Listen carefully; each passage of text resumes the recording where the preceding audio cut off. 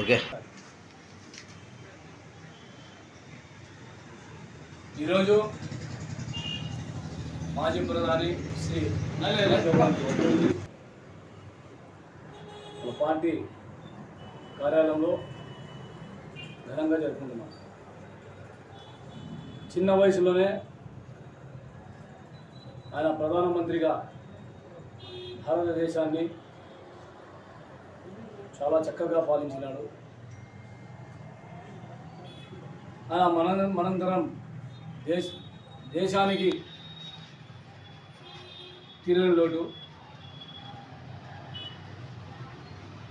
తమిళలో ఇట్లా బాంబు దాడిలో చంపివేశారో దేశ ప్రజలకు అందరికీ తెలుసు. దేశ ప్రజల కోసం గాంధీ కుటుంబం, ఇందిరాగాంధీ కానీ, రాజీవ్ గాంధీ కానీ, ఇలా కుటుంబం మొత్తం దేశం సురక్షితంగా ఉండాలా, దేశ ప్రజలు బాగుండాలనే ఆలోచననే నిరుద్యోగాల పాలన కొనసాగించినాం. ఏ రోజు కూడా వాళ్ళ స్వార్థం కోసం చేసుకోలేదు. 2004 నుంచి 2014 వరకు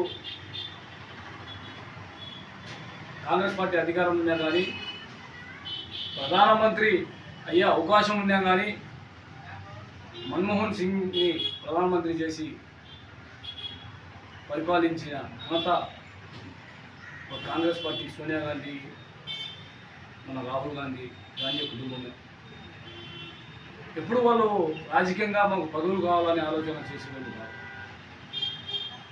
ఏ రాష్ట్రాలకైనా, ఏ మూల గ్రామంలో అయినా సమర్థుడు ఎవరుంటే వాళ్ళ చేతికి పాలన చేసే విధంగా వాళ్ళ పగ్గాల చేతికి ఇచ్చి పరిపాలించినారు. ఈరోజు పరిజ్ఞానం, సెల్ ఫోన్స్ అయినా, టీవీలైనా, ఇట్లాంటి ఎలక్ట్రిక్ అంతా వచ్చినాయంటే దీనికి సాధించిన ఘనత రాజీవ్ గాంధీ. కాబట్టి ఈరోజు సూర్యచంద్రుడు ఉన్నంత వరకు ఇందిరాగాంధీ కానీ, రాజీవ్ గాంధీ కానీ, ఇట్లా మహాత్మా గాంధీని ఏ విధంగా మనం గుర్తించుకుంటామో ఆ విధంగా దేశ ప్రజలు, కాంగ్రెస్ పార్టీ గుర్తు పెట్టుకుంటుంది.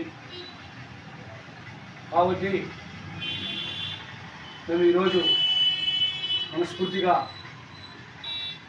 రాజీవ్ గాంధీ జోహార్ రాజీవ్ గాంధీ, జోహార్ రాజీవ్ గాంధీ.